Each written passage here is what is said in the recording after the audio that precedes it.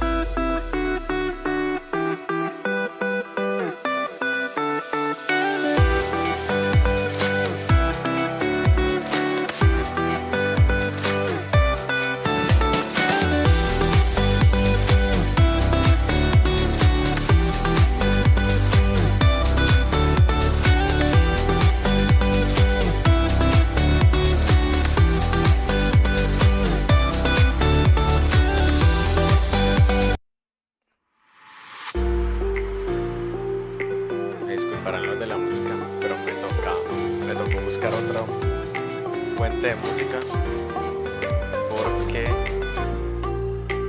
YouTube está colocando muchos problemas por copyright y demás de cosas. Se imaginarán, ya me llegó un strike ahí, pero no me llegó un strike, sino que me dijeron que por motivos de copyright iban a ver el video. Cosas que siempre pasan en esto de las redes sociales.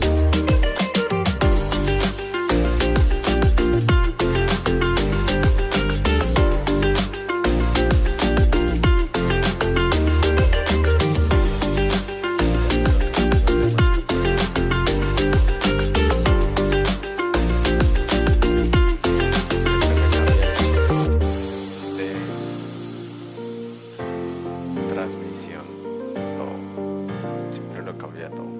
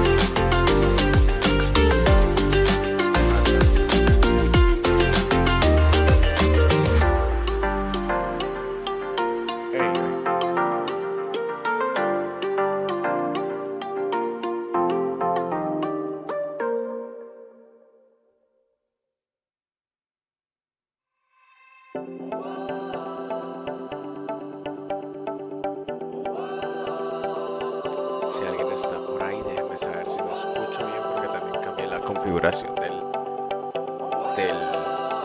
¿cómo es que se llama?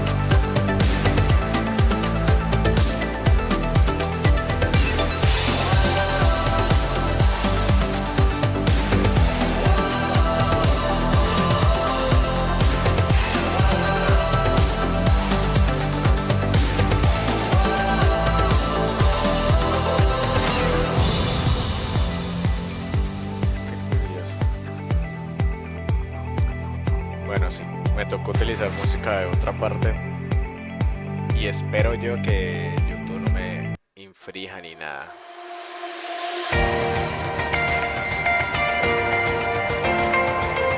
Si no, pues no. Si ya me van a decir que ya no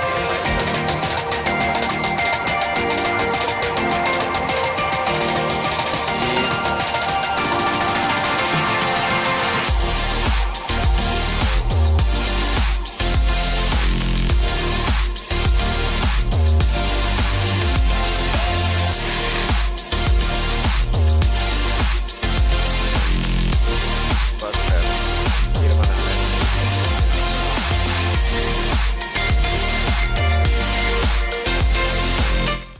También le voy a bajar un poco la música porque sé que está como muy alta la música. Y no sé si se escucha mucho el ventilador, que espero yo que no se escuche el ventilador. Pero con estos calores del verano.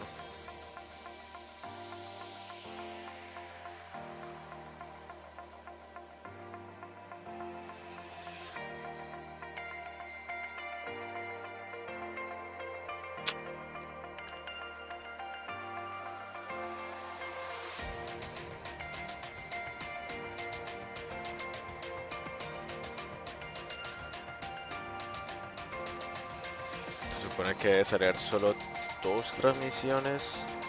Salen 3 transmisiones ahora. Ah, porque yo configuré una en YouTube y la otra en el programa. Bueno, no importa. Desde que se quede alguna de las dos está bien. Obviamente mejor en la que estoy acá haciendo. Pero bueno. Al menos ya sé que me escucho y le voy a bajar tantico a la música porque si no, no me voy a concentrar. Y no va a haber casi música en este envío porque supuestamente utilicé una canción, o sea, como una playlist que no tenía copyright, pero me llegó un mensaje diciéndome que sí tenía copyright. Entonces, probablemente si se monetiza ese video, toda la monetización va a ir es para esa persona de las que utilice la música como tal. Ya saben cómo es YouTube, ya saben cómo va esto.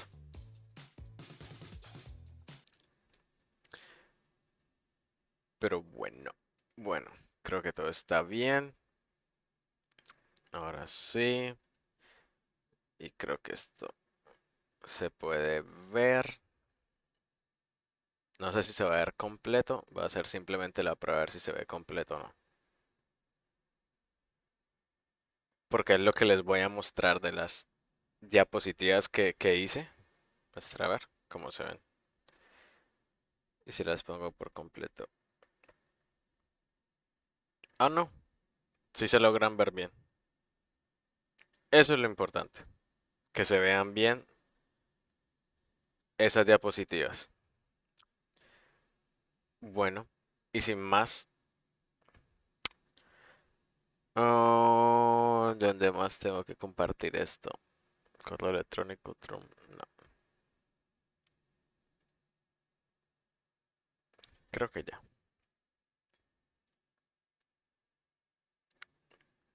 Que luego me toca recortar este video.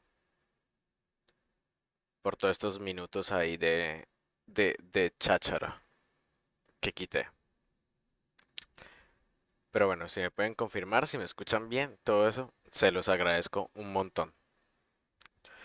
Y gracias a los que atendieron el llamado, a los que decidieron, o decidieron, sí, permitirse como este espacio, eh, realmente va a ser una charla buena, amena sobre los libros y sobre la teoría que les voy a hablar el día de hoy, que pues me parece que es una teoría pues bonita a mi parecer en términos de literatura, porque pues es muy raro que e- es, es, es raro a veces ver cómo una teoría pasa de ser una teoría más como una experiencia entre lector y la obra, o entre obra y lector, como ustedes lo quieran ver. Y precisamente, hola, buenas tardes, Kioma. Entonces, la idea mía con la charla de hoy es precisamente como darles a entender cómo son esas experiencias y cómo las experiencias crean relaciones con la literatura. Cuando yo hablo de relaciones, es el vínculo que usted tiene con una obra. Puede ser una película, puede ser una serie, puede ser una obra, un arte, ¿no? Una pintura. Puede ser un manga, puede ser una afición a un artista. Todas esas son relaciones que nosotros hacemos hacia hacia esos objetos, hacia esas personas incluso. Y pues también es mantener la relación. La relación no simplemente véanla como algo que surgió en un momento, sino también algo que va a seguir cíclicamente. ¿A qué me refiero? Y les voy a dar un ejemplo más o menos antes de que pasemos a las diapositivas y a los conceptos y demás. Algunos conceptos, todo esto lo traduje del inglés al español porque la mayoría de de estas teorías están todavía como en su proceso.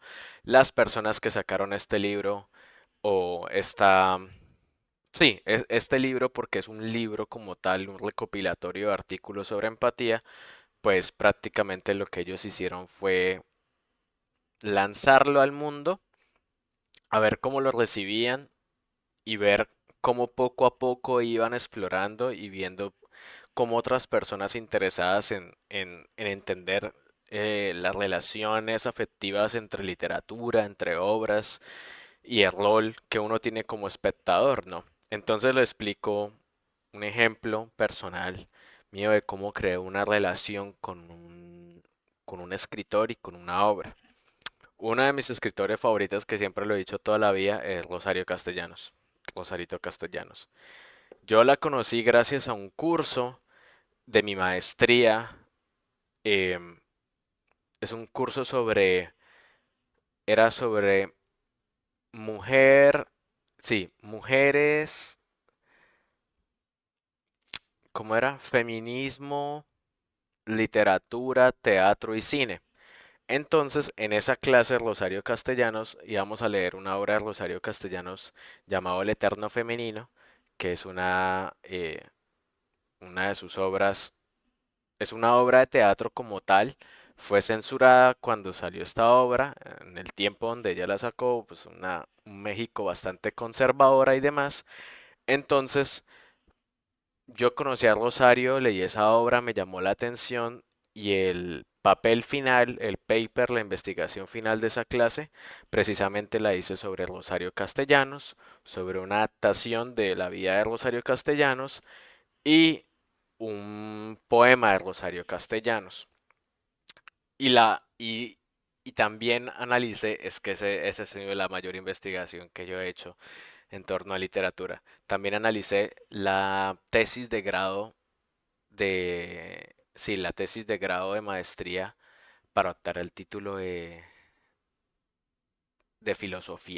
de filosofía y letras, si no estoy mal. Se me va todo el título que ella hizo con esa tesis. El caso fue que ese primer acercamiento que me llevó a mí a Rosario Castellanos me dio a entender la forma en la que una mujer, una genio, estaba luchando contra un mundo machista tradicional mexicano y ella en su obra estaba haciendo ese llamado a las mujeres y también hacía crítica a las feministas, a las próceres de ella, a sus ídolas, mejor dicho, una mujer que incluso hasta ella misma se raja en esa obra. Cuando yo digo rajarse es desprestigiarse, decir, sí, si la gente dice que soy perezosa, yo soy perezosa, lo acepto. Si la gente dice que yo soy asocial, lo acepto, yo soy asocial, yo prefiero quedarme acá escuchando música a tener que ir a esas conferencias, a tener que ir a esos eventos de literatura donde ni siquiera las mujeres nos dejan presentar, sino simplemente nos ven como los adornos, como las que están ahí. Entonces, esa relación que tuve con Rosario me llamó la atención, luego empecé a leer más los poemas, a hacer otras investigaciones sobre sus poemas. Y poco a poco empecé a tener esa relación con ella, ¿no? Y cuando alguien menciona a Rosario Castellanos, yo tengo que ver, yo tengo que saber qué es lo que están hablando de ella. Incluso esta novela estaba tratando de conseguirla, no sé si ahí se podrá ver mejor, ahí, Balún Canán. Esta novela estaba tratando de conseguirla por internet, pero yo dije, yo la quiero versión mexicana, me costó como 850 más o menos. Fue caro, fue caro. Realmente me pareció caro, pero eh, me gusta tenerlo así, de bolsillito, como que me lo puedo llevar a todas partes y demás. Y pues empecé a leerlo. Yo a ella la leo como con calma, la leo con esta misucidad, como página por página ella me está contando algo. Y así siento que es mi relación con Rosario, que no simplemente significa que tengo que devorarme toda la obra, sino entender lo que ella me está diciendo con la obra, qué es lo que me está colocando frente a mis ojos, ¿cierto? Para poder entender todo lo que es una obra.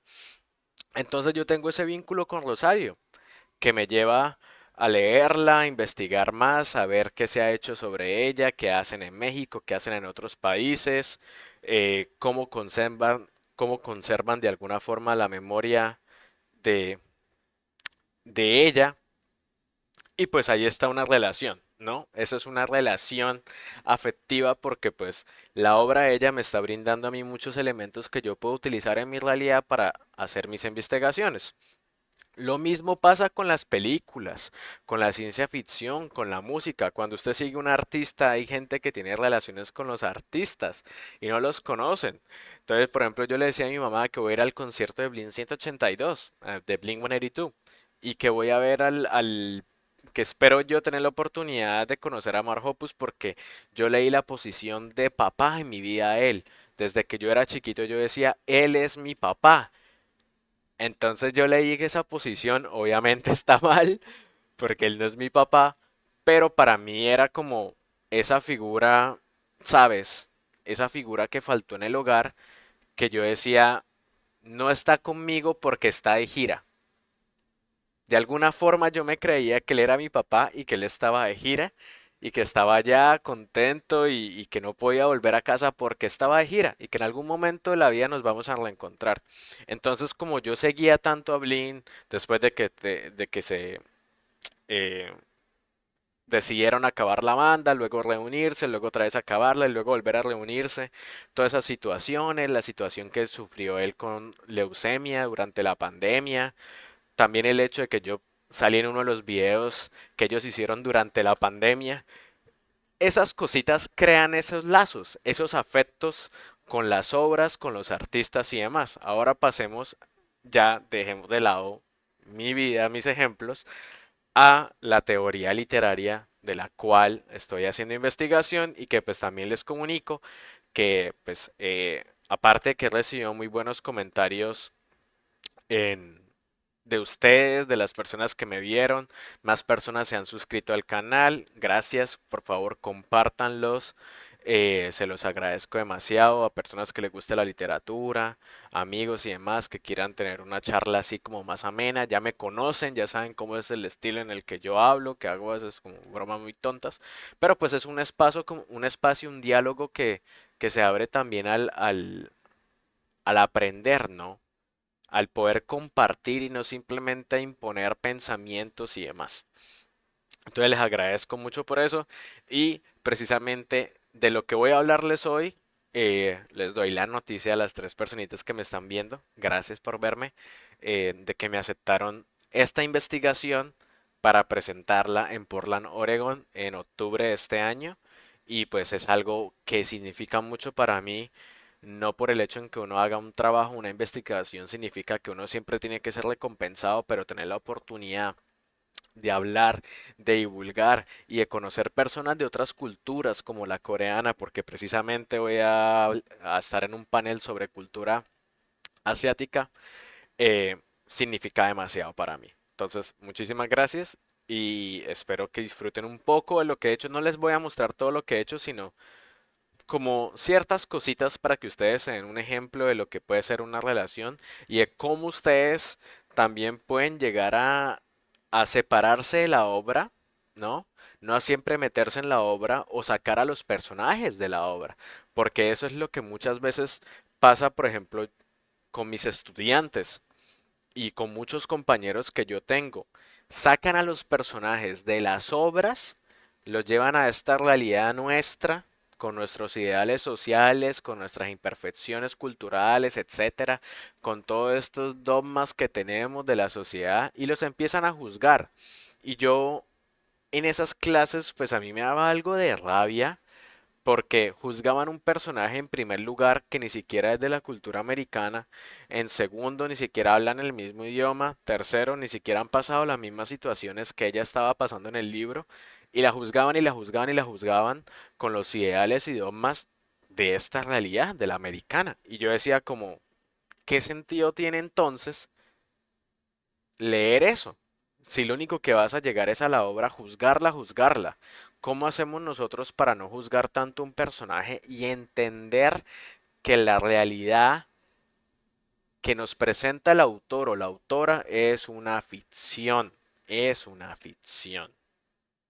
Y es lo más importante. Lo mismo que les decía la clase pasada, la transmisión pasada. La realidad o la ficción es una realidad en un espejo convexo, roto, es diferente, todo lo vemos de formas diferentes, esta ficción. Entonces, no siempre hay que, como quien dice, juzgar a estos personajes bajo lo que nosotros creemos que es lo correcto, porque lo que para mí puede que sea correcto para el autor o para el mundo que él crea esta ficción, ¿no? Porque vean que un libro es como un mundo preestablecido ya con ideas y demás que el autor está colocando, ¿sabes? Es una sociedad tal así que ustedes dicen, ah, esa es la realidad. Puede que sí, puede que no, no lo sabemos. Hay que preguntarle al autor si esa es la realidad o no.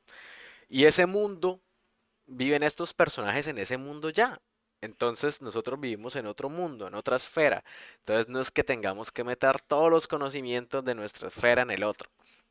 Entonces ahí va pues a lo que quiero hablarles el día de hoy, que son las vivencias literarias 2, así se llama este espacio, y sobre todo con relaciones afectivas. Pero antes de pasar a las relaciones afectivas es necesario hablar de la empatía. ¿Por qué de la empatía y por qué es tan necesario la empatía en la literatura?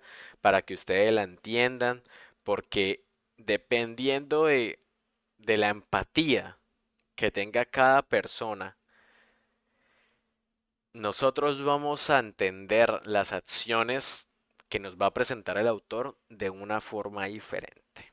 Y a qué voy con eso, y ese es el primer tema de hoy. La empatía, que siempre se habla sobre ponerse sobre los, ponerse en los zapatos de los demás, ponerse en los tacones de los demás, ponerse en las sandalias o incluso no ponerse nada, porque eso depende mucho de los personajes y de lo que nosotros vamos a leer. Entonces, la empatía, ¿no? Les pongo un ejemplo para hablar de empatía. Y si han visto Black Mirror, si han visto las nuevas de Black Mirror y demás, Netflix sacó un formato que ya a mi parecer existía en los videojuegos. Hay videojuegos en los cuales uno toma ciertas decisiones. Llevan a que los personajes o que nosotros controlemos la vida de los personajes, ¿sí? Como que el personaje tome el camino de la derecha o el de la izquierda. Que el personaje haga tal cosa. Que el personaje mate a este otro personaje o decida escaparse, alguna cosa así. Los Telltale Games se han hecho muy conocidos últimamente. A muchas personas les gusta porque pues está contando una historia, ¿no? Pero también usted tiene el control de esa narrativa. Hace unos años Black Mirror, esta serie distópica de ciencia ficción, sacó este especial o este evento especial denominado Bandersnatch. Bandersnatch nos pone en el lugar de un muchacho en el cual pues prácticamente tiene que tomar decisiones o nosotros tenemos que ponernos en el lugar de él y tomar decisiones. Dependiendo de las decisiones que nosotros tomamos en el televisor, pues la historia nos va mostrando un video diferente. O sea que si tú dices que aceptar tal cosa, pues la historia se va a ir por ahí. Pero si tú dices rechazar, la historia se va a ir por otro lado. Y a la final eh, daba la posibilidad de que tu personaje se muriera debido a lo que a las decisiones que usted tomó, que el personaje principal se muriera o que el personaje principal sobreviviera o que hubiera un final alternativo o hubiera muchos finales alternativos, etcétera, etcétera, etcétera. Entonces, sale este especial y una persona saca un artículo muy interesante en el New York, en el The New York Review of Books, saca un artículo muy interesante. eh, Nangwali Serpel se llama ella, donde habla de la banalidad de la empatía. ¿A qué voy con la banalidad de la empatía? Prácticamente ella decía que hasta qué punto llegábamos nosotros de, de ser un poco egoístas o masoquistas en tomar la decisión en la que un personaje se tenga que morir sí o sí.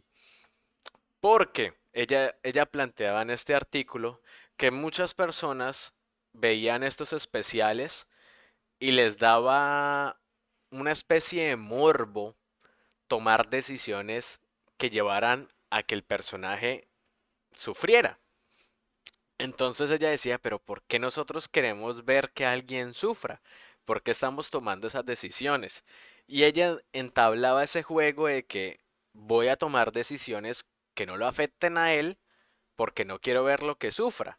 Pero luego al terminar, ella decía y veía que mucha gente había tenido pues el final de que se muere el personaje o tener el final alternativo y decía, yo quiero ver eso. Pero ¿por qué quiero ver eso? Si yo ya lo dejé vivo en las decisiones que tomé. Entonces ella empieza a reflexionar sobre de cuál es el rol entonces de la empatía en todo esto. Si a la final yo no voy a ser completamente empático porque voy a terminar matando al personaje por morbo o por curiosidad.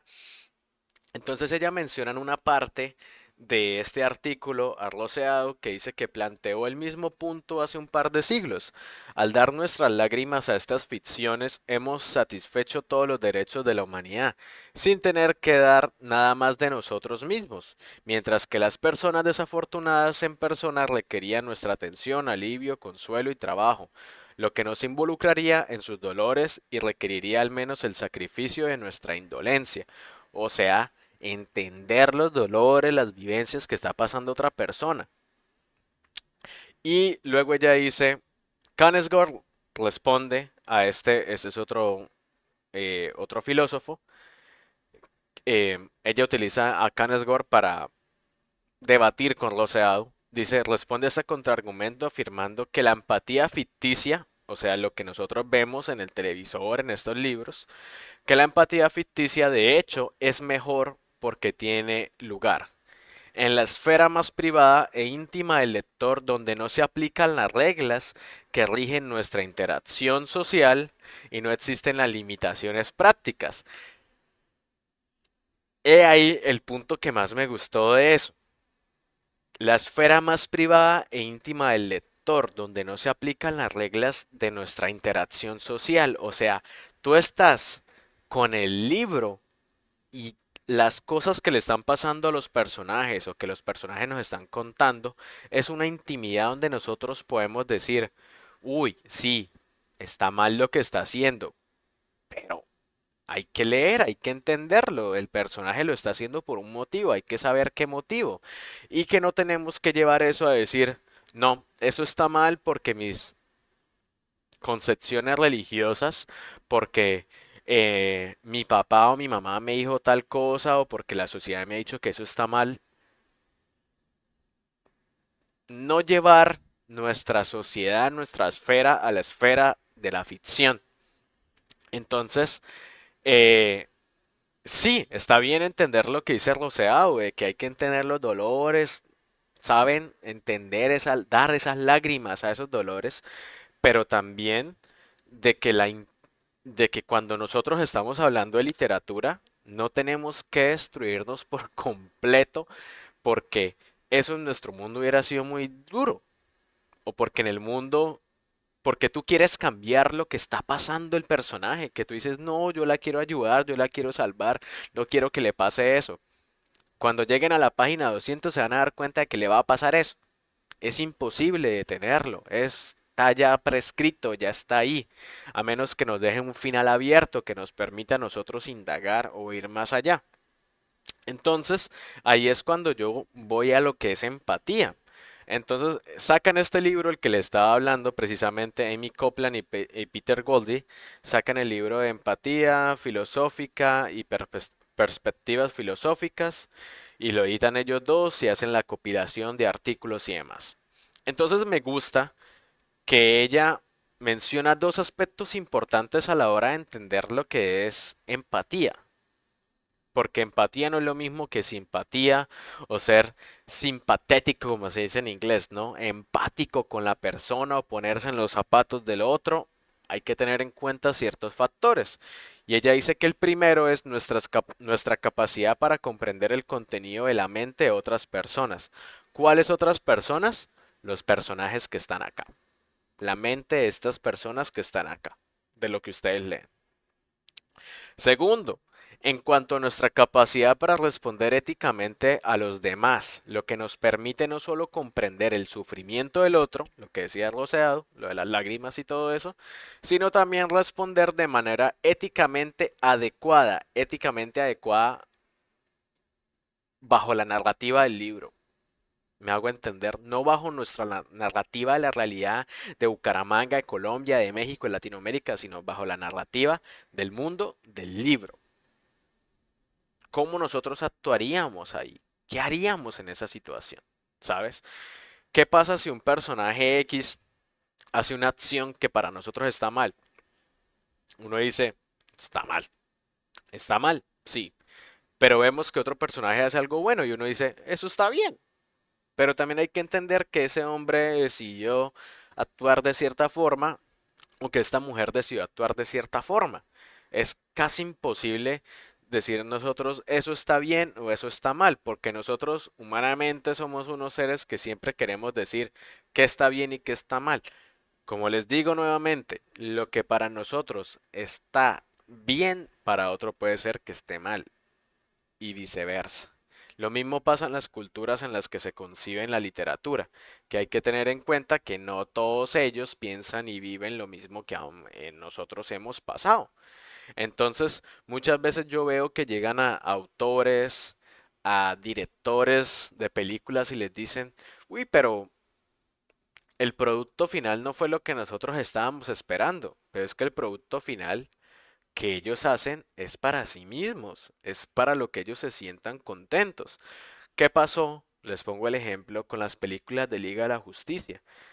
Estos em, empresas como DC, productoras, Warner, todos ellos tienen ciertos ideales económicos también para explotar franquicias, para hacer demás, y ellos consiguen directores para hacer estas películas, pero a la finalidad el director tiene una visión de la película.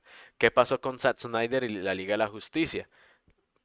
Tuvo un problema, unas diferentes situaciones, tuvo el suicidio de su hija, se tuvo que alejar del proyecto, a Warner, como quien dice, le valió cero esa situación, buscaron otro director, ese director llegó, tomó el proyecto, cambió la idea, cambió la filosofía, e hicieron pruebas de testeo con gente de la película, medio les gustó, la sacaron y a la final fue una película muy mala porque recortaron muchas cosas y se veía como que no tenía como mucho sentido lo que pasaba. Años después, pues el público se dio cuenta y de que todos tenían la curiosidad de que qué visión tenía el director que empezó este trabajo. Y a la final HBO junto a él y también sirvió para saltar esta plataforma HBO Plus y todo eso, pues sacó la versión que él quería, la que él había deseado, la que él había planeado. Y eso está muy bien, porque esa es la visión, la finalidad de él, no la finalidad del estudio. Lo mismo pasa en la literatura. Hay muchos libros que les cambian los finales o que le dicen al autor cambie el final porque nos parece que va a ser duro, porque no nos va a gustar, porque a la gente no le va a gustar y pues la obra se daña. Entonces Copland, volviendo a todo esto de las teorías de empatía, como ya tenemos estos dos paradigmas, ¿no? Estos dos dogmas ahí de que es la capacidad en la que nosotros podemos entender a los otros, entender la forma en que piensan y también cómo nosotros vamos a responder. Entonces ella da tres elementos esenciales para eso. El primero es como la perspectiva de sí mismo orientada hacia la obra. Y pues esto es de la traducción que hice, aunque la adopción de una perspectiva centrada en uno mismo puede conducir a experiencias cuasi empáticas, esto ocurre solo en casos en los que existe una gran superposición entre uno mismo y los demás, o cuando las situaciones es del tipo que generaría una respuesta bastante universal. O sea, que usted comparte muchos elementos con el personaje y que en nuestra realidad muchas personas coincidirían esos actos como reales. ¿Sí? Por ejemplo, a ver, pensemos en un ejemplo. Que lo más adecuado, algo universal, es lo primero que se me viene a la cabeza. Que un personaje en una obra estaba deseando tanto darle un regalo de cumpleaños a una persona que dejó de comer para comprarle ese regalo y al final se lo dio pero se enfermó. Entonces, muchas personas que hayan hecho eso en esta realidad, en nuestro mundo, dirían, sí, yo he hecho eso. Yo he tenido que ahorrar dinero, yo he tenido que hacer esfuerzos para regalarle a la gente lo que he querido darles en realidad. Entonces, eso a nosotros nos permite, de alguna forma, entender esas situaciones en el libro, ¿sí? Porque son muy universales, son situaciones universales que podemos compartir. La otra es orientada hacia o sea, ya no nos orientamos hacia nosotros mismos, sino hacia los otros. Y dice, uno puede representar con éxito la situación y la experiencia de un objetivo y tener los mismos efectos que el objetivo, al mismo tiempo que no logra preservar un sentido separado de sí mismo. O sea, uno puede tener una situación similar a la que viven esos personajes, pero aún así ambas situaciones son únicas. Tanto la que usted vive, puede que se parezca en un 90-95%, pero no va a ser por completo, no va a ser igual, no va a ser la finalidad total de lo que usted está viendo. Y la última, ya para dejar un poquito esto y avanzar más, es sobre empatizar afectivamente, como hacer un match, ¿no? Con la persona, conectarse con esa persona. El observador debe experimentar, por lo tanto, el mismo tipo de emoción o afecto que el objetivo. Implica más que simplemente entender o comprender intelectualmente las emociones o perspectivas de otra persona. Entonces, en este caso, el observador, o sea, el lector, nosotros, debe experimentar el mismo tipo de emoción que el objetivo. O sea, usted tiene que pasar por esas mismas situaciones para entender por completo qué se siente o al menos a su gran capacidad. Lo cual no estoy diciendo que ojalá me pasara eso, como dijo una compañera en clase, ojalá me pasara eso para yo entenderla. Nadie quiere pasar por eso. Es una ficción, pero probablemente hacer un esfuercito para entender, si me hago entender, no es que uno tenga que pasar por una situación dura. Y muchas de las novelas que nosotros leíamos en esa clase era sobre esclavitud, sobre machismo, sobre feminismo, sobre situaciones también duras que yo decía, venga, esto, probablemente eso en mi realidad vaya a ser muy duro de vivir y yo prefiero no experimentarlo de esa forma, ¿sí? O sea, no quiero vivir eso, no me imagino cómo sería vivir eso, pero al menos un poquito, al menos un poquito. Entonces ella dice que hay que tener todo eso, todos esos elementos. Obviamente eso es muy difícil a la hora de llevar a la práctica, pero pues bueno. Entonces eso nos permite a nosotros tener una comprensión experiencial o un entendimiento experimental por completo. Y eso ya nos permite a nosotros entender cómo se generan los libros, cómo son estas literaturas, cómo son estas narrativas y demás.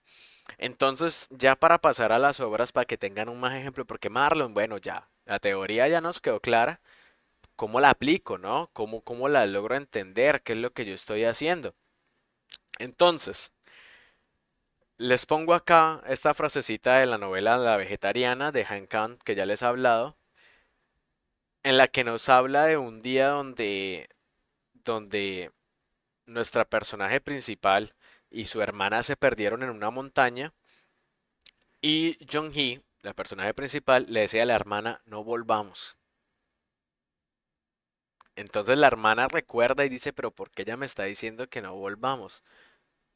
¿Por qué ella se quiere alejar de la familia? ¿Por qué ella no quiere estar acá?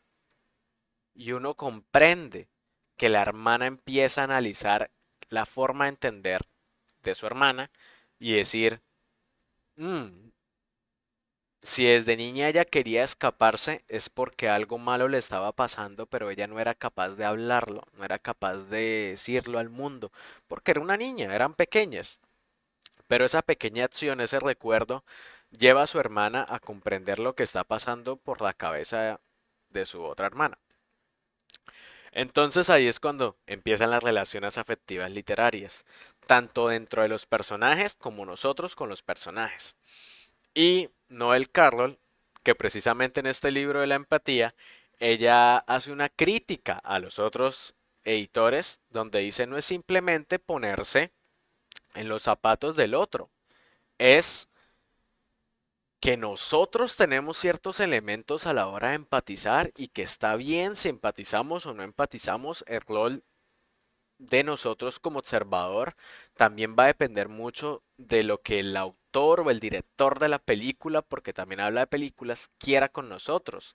¿Qué situaciones nos van a exponer a nosotros que nosotros digamos, uy, eso me ha pasado a mí, yo entiendo lo que están viviendo, no los puedo juzgar porque yo haría lo mismo?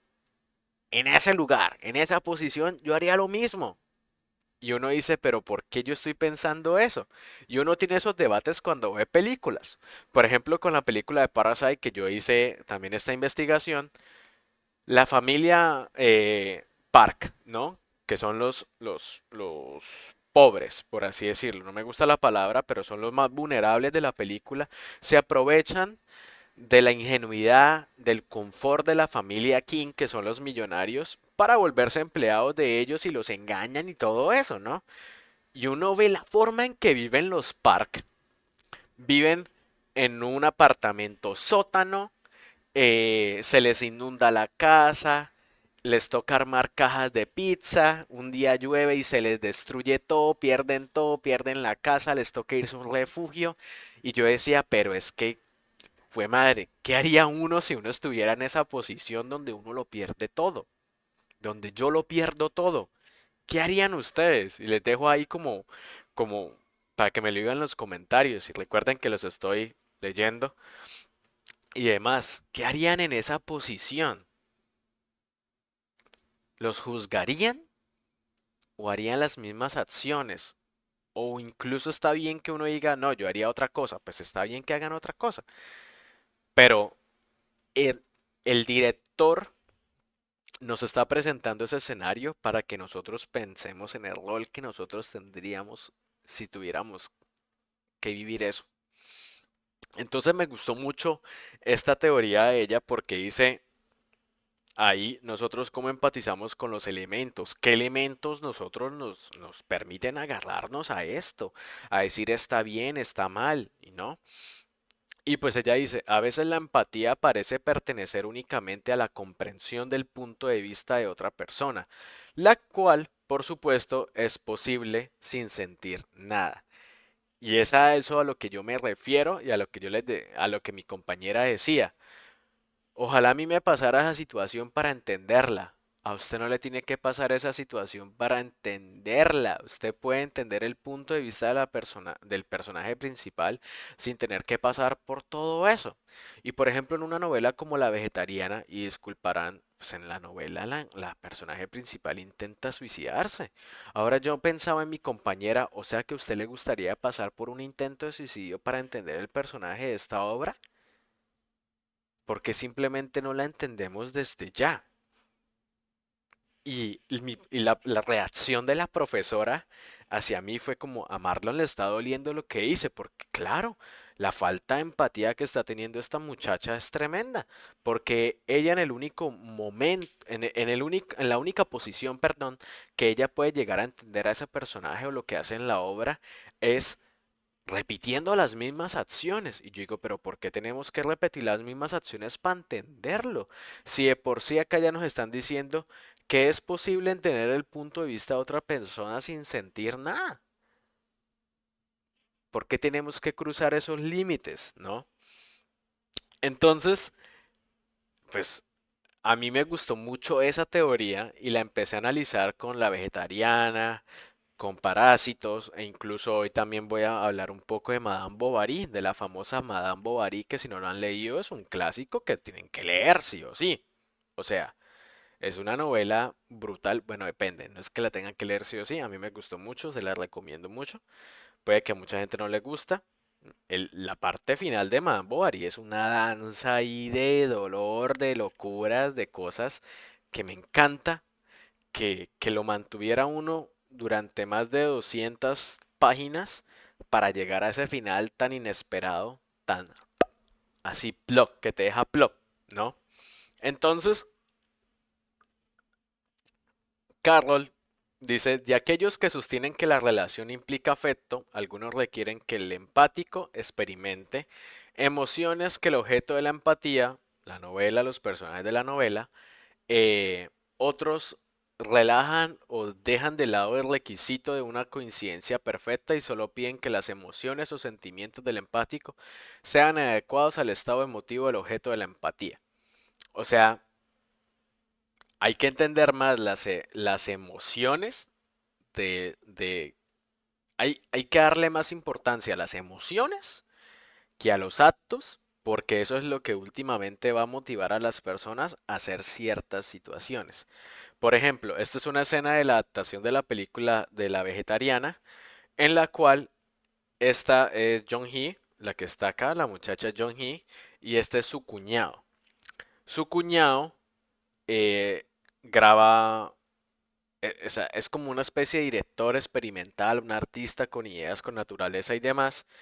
Y Jong-hee pues está mal de su cabeza después de del intento de suicidio y se, ella le atrae lo que está haciendo su cuñado y simplemente se la lleva a una grabación donde alguien más le dice, un compañero de trabajo le dice, oye, ¿qué pasa si grabamos una especie de video pornográfico, pero artístico con lo que tú haces, con la pintura y demás, con tu cuñada? Y creo que, hola Carlos, creo que sería muy bueno. Y uno va a leer eso, ¿no? Uno va a leer eso y va a ser duro. Va a ser duro porque uno va a experimentar prácticamente cómo su cuñado se está aprovechando de la personaje, de la situación mental de ella. Entonces, pues se imaginarán esta situación, cómo es leerla y cómo es verla. Es duro. Entonces, hola Carlos, ya te saludé.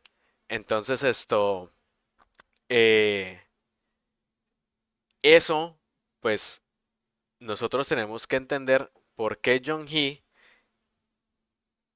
aceptó ir a grabar eso con su cuñado, ¿no? ¿Por qué lo hizo? Entonces, lo mismo va a pasar con el final de Madame Bovary. ¿Por qué a la final Emma le pasó lo que le pasó? ¿Por qué ella tomó esas decisiones? ¿Por qué su vida empezó a desquebrajarse y demás? Entonces, estas son las dos obras de las cuales hoy pues estoy haciendo mayor énfasis con estas teorías. La vegetariana de Han Kant, que ya las he hablado, que se las recomiendo que las lean. Si no estoy mal, ya está disponible en la red de bibliotecas de Colombia. Eh, la pueden conseguir o si no, pues en sus librerías y demás. Yo creo que ya hay una versión ya traducida al español que me parece buena, mantiene muchos elementos importantes de la traducción en inglés. Entonces, y de por sí la traducción en inglés está buena, pero generó muchas controversias. Y la otra es Madame Bovary, yo la leí en inglés, no me gustó leerla en español porque hacía traducción de los nombres, entonces muchas veces como que Carlos, Charles, León, Leon. Entonces como que me tocaba hacer eso y yo prefería mantenerla en la estética de los nombres franceses, de Londres, de todo eso, en vez de ver una versión así como casi traducida literal, ¿no? Literal. Entonces estas son de las no novelas que les recomiendo que lean. La vegetariana es más corta, es un poco más fácil de leer. Es de la perspectiva de tres personajes y van a haber sueños que son relatados por la personaje principal, pero pues son sueños que uno dice es como lo que medio ella está pensando en el momento o en lo que su mente está pensando. Y Madame Bovary está escrita prácticamente con un autor cuasi Dios que conoce el pensamiento de Emma, conoce los pensamientos de de todos los personajes de la obra y pues no interfiere, sino simplemente relata y narra todo lo que está viviendo o está viendo la Madame Bovary o el Charles Bovary, que es el otro personaje. Entonces, en este cuadrito que les coloqué acá, pues está Madame Bovary. Otra parecida a Madame Bovary puede ser Ana Karenina de Leo Tolstoy. Esta es la versión rusa, dijo un amigo. Ana Karenina es la versión rusa de Madame Bovary. Y tienes que leerla porque te va a gustar. Entonces, la tengo ahí como en mi lista, ¿no? Entonces está Ana Karenina, ¿no? Y pues Emma Bovary, si han leído Ana Karenina, pues pueden entender mucho a Madame Bovary. Según mi compañero, no la he leído, pero pues les pongo la referencia. Y Emma Bovary en su mente, vamos a hablar de la mente, porque hay que hablar de la mente, de las emociones de ella para entenderla, para poder ver por qué ella está haciendo esas acciones. La mente de Emma ronda entre la literatura, la ficción, los bailes hermosos con máscaras, con todo eso, los viajes a París, a otras partes, los sueños que ella tiene. Ella está alejada de la realidad, o sea, distanciada. Hay una distancia física de la realidad que ella tiene, que ella está pensando, también vive en esta situación de los amantes, de los hombres que me puedan dar como este amor platónico, ¿no? Los amores platónicos. Madame Bovary se la pasa leyendo desde pequeña. Es una mujer que ha seguido prácticamente lo que la sociedad decía en la época, ¿no? Las niñas tienen que ir a los conventos, tienen que estudiar en conventos, tienen que volverse monjas, tienen que estar ahí, servir a los hombres, luego casarse y todo eso, ¿no? Lo mismo le pasa a Madame Bovary. Ella desde temprana estaba en conventos y todo eso, leía, entendía el catecismo, todo eso ya lo entendía, lo vivía. Y pues luego es que conoce a Charles Bovary, ¿no? Un hombre que acaba de salir de un matrimonio porque su esposa muere repentinamente y se da Madame Bovary. O sea, ellos se conocen, prácticamente todo es tan rápido, se casan. La novela salta mucho y no habla mucho de la vida marital de ellos dos, porque no hay una vida marital porque vemos que tanto Charles está en su trabajo como que Emma está en su vida, en su mente, ¿no?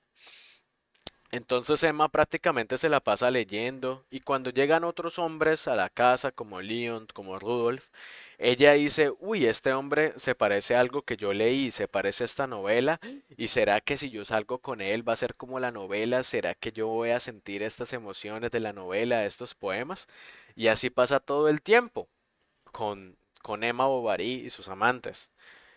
Ahora con Jung-hee es una muchacha que eh, simplemente se casó con un empresario, poco le importa al empresario la vida de ella, lo que ella piensa, este hombre simplemente se casó con ella porque le atraía sexualmente e incluso a veces como que le repugna y a veces como que la quiere, uno no entiende si la quiere o la odia, es raro, es rara la relación que tiene con, con esto, con su esposo. Y la relación prácticamente va a durar simplemente el primer capítulo de la obra, porque este hombre luego del intento de suicidio de ella desaparece por completo. Le importa nada la situación de su mujer, no le importa si ella va a estar bien. Él solo quería divorciarse y salir de eso, porque incluso desde que empezamos a leer la novela, él dice, desde que mi mujer se volvió vegetariana, todo cambió. Ya ese solo hecho que ella tomara una decisión fue pues pertinente para que él la dejara de lado. Y entonces, poco a poco, eh, empieza a caer el matrimonio, ella se vuelve vegetariana, ¿no? Ella se vuelve vegetariana, aunque es más como un veganismo. Y pues en esta sociedad que se concibe, esta Corea del Sur, ¿no? Ficticia, no es la misma Corea del Sur, pero tiene muchos elementos de la real. La autora prácticamente nos dice, pues ella está bajo el dogma, bajo las creencias de estos hombres y también de que ella se siente mal al comer carne. Y nosotros tenemos que entender por qué a ella le está costando comer carne, por qué ella decide volverse vegetariana. ¿Qué situación, qué trauma la está llevando a ella? Entonces está su hermana Ingi, quien la cuida, a la final ella es como la tutora y ahí vemos como ella pues dejó de comer prácticamente de todo y se la llevan al médico, e incluso los médicos no tienen empatía por la situación de ella, nadie la entiende, nadie la entiende. Entonces en la mente de Jong-hee tenemos el vegetarianismo, la naturaleza, ella habla mucho de las flores, de irse a las montañas, de conectarse con la naturaleza, de conectarse con los árboles, que ella se siente como un árbol, incluso cuando se escapaba de pequeña se hacía al lado de las ramas de los árboles, que para que ella se volviera un árbol, para que le salieran también raíces. El cuerpo y la sexualidad pues la explora mucho con su cuñado y porque ve que su cuñado pinta flores y todo eso, entonces ella cree que si su cuñado la pinta de alguna forma ella se va a volver una flor, porque le gusta la naturaleza, tiene que reconectarse con la naturaleza. Entonces uno entiende, ah, tal vez por eso fue que ella dejó que su cuñado abusara, porque pues la pintó y demás, y ella pues simplemente estaba acostumbrada a que los hombres pasaran por encima de ella, de su cuerpo, de todo, de su mente, de su personalidad, de su forma de ver el mundo, que pues prácticamente su cuñado la viola. Es que ni tienen una relación, es que no podemos decir que ella lo está disfrutando porque ella simplemente, como la escriben ahí, ella está, la mirada se ve perdida. Ella no está en su plenitud en su mente y el cuñado está ahí pues, simplemente grabando ese video y a la final pasa algo muy jocoso con el cuñado que esa parte del cuñado, lo último es, uno dice, ¿es en serio que esté pasando esto?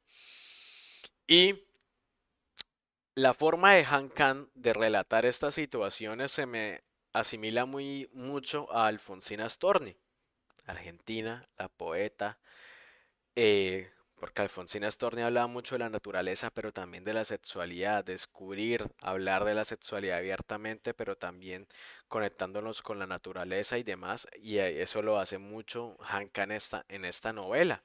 Obviamente no estoy diciendo que Han Kang tomara a Alfonsina Storni como modelo, pero es muy similar. Y voy a ponerles en contexto con un poema de Storni como para que me entiendan un poco. No les voy a leer eso, es simplemente un extracto de los sueños de Jung Hee, de las partes en las que ella habla, y poco a poco nos empieza a decir de los traumas que ella empieza a tener en su vida, ¿no? Sobre todo en esta parte que subrayé. Ella dice, sin embargo, yo tenía miedo. Todavía llevaba mis ropas manchadas de sangre. Me agaché y me escondí detrás de un árbol para que nadie me viera. Tenía también las manos manchadas de sangre y la boca. Había comido los pedazos de carne caídos en el suelo de ese granero. Tiene un sueño, una pesadilla donde al parecer ella se come algo. Ella no entendía lo que pasó y ella come eso y lo que decía es escaparse, irse a un árbol a ver si se puede reconectar, a ver si esa imagen de la sangre, de todo eso se puede quitar, si ella se la puede quitar de la cabeza. Entonces ella dice, no pudo ser más vívida la sensación de desgarrar con mis dientes esa carne cruda, así como coger el pedazo de carne, como si ella estuviera comiéndose algo, ¿no? Ella siente eso en su cabeza y pues es crudo, porque es una pesadilla. Y ella misma dice, me había vuelto una desconocida, pero no había duda de que era yo. El hecho de comer carne la hace incluso pensar de que ese no es su cuerpo, de que esa no es ella, ¿no? Y pues ahí hay un choque entre su mentalidad, ¿no? Luego, más adelante tiene otro sueño donde ella dice, es una sensación imposible de imaginar si no se ha vivido antes. Es perentoria, frustrante y tibia como la sangre que aún no se ha enfriado. Entonces es eh, como el sueño que ella tuvo en la que comía carne, ella no sabía si había asesinado a alguien, ella no sabía si había matado a alguien, pero era como la sensación de que usted había matado a alguien y se estaba comiendo la carne de esa persona, y que no era ni la hermana ni no, sino que ella quien había cometido eso. Pero uno dice, ¿realmente ella mató a alguien? ¿O fue parte del sueño? ¿Qué es lo que está pasando? ¿Qué es esa imagen que ella está teniendo en su cabecita, no? Entonces, luego, a medida que avanza la obra, ella hace estos análisis de que le gusta el cuerpo de ella, le gustan sus pechos, porque ella sabe que por lo menos sus pechos dan vida, ¿no? La leche materna de todo eso da vida y no mata como las manos o los dientes, y que a ella le gustaba sentir sus pechos libres y demás, porque la hacía sentir más humana y que eso no lo puede matar, pero que el resto de cuerpo sí puede matar, como la lengua, la mirada, las manos y los pies, los dientes, eso puede matar, los pechos no. Entonces a ella le gustaba mucho mostrarse los pechos y como ella se vestía era como estos vestidos escotados y si usted se hace en cierta posición pues usted va a ver parte del pecho o de los pezones y al marido le causaba como cierta satisfacción ver eso, pero al mismo tiempo la criticaba y decía como qué puerca, qué sucia. No le importa que los hombres la vean. Por eso ya no me gusta salir con ella, porque la gente con la que está en la mesa se va a sentir como, "Bleh", ¿sabes? Como asqueada, como que van a pensar de que qué tipo de empresario soy, qué tipo de hombre soy si traigo una mujer así como una cualquiera. Entonces uno empieza ahí a entender de que si su marido la ve así, ¿por qué seguir con este hombre? Mejor que se fuera, mejor que se divorciara. Tal vez el hecho de que ella intentara suicidarse también era la forma de que ese hombre se desprendiera de ella y no tener que ver eso. Porque imagine, si ella dice que los ojos matan, que la mirada mata, es porque sabía que el marido la miraba con ese desprecio. Em, Luego, cuando está la escena con el cuñado, es bastante jocosa porque el cuñado no sabe ni qué hacer, están desnudos y todo eso. Luego le pone como una chaqueta y le dice no estás cansada y ella no dice nada, ella casi no habla con las personas, solo la única forma en que nosotros sabemos lo que ella dice es cuando está soñando o cuando la novela cambia la perspectiva de ella. Entonces ella simplemente como que se queda ahí Y y el cuñado no dice nada, es como que esta mujer, ¿qué le pasa, no? O sea, es bonita, es joven, pero al mismo tiempo como que algo malo le está pasando, ¿no? Entonces, eh, es jocoso esa parte, jocosa, es dura, pero es muy jocosa. Em, Acá hay una cosa muy importante que ella mismo, cuando intenta suicidarse, ella se corta las venas en la cena porque el papá, al papá de ella le da rabia que ella no esté comiendo carne. Y el papá le dice, ¿acaso no ve que la carne está cara? Que la carne en Corea es preciada, que estamos celebrando algo y que usted no está desperdiciando eso, está desperdiciando mi trabajo, está diciéndome que todo ese tiempo que yo pasé trabajando para comprar la carne fue malo. Y frente a su marido, frente a su cuñado, frente a su hermana, frente a todos nosotros nos está, o sea, ¿qué tipo de persona es usted? La sociedad coreana es una sociedad de comer carne. ¿Qué es eso vegetarianismo? Entonces el papá la agarra a ella, literal la agarra así de la carita y le dice, abra la boca y tiene un pedazo de carne y le dice, abra la boca, que tiene que tragar esto. Y incluso intenta metérselo así. Y ella, el solo hecho de sentir la carne, como la sangre que tenía en la carne, ella le dice, ya, suélteme. Y ella coge el cuchillo y lo hace.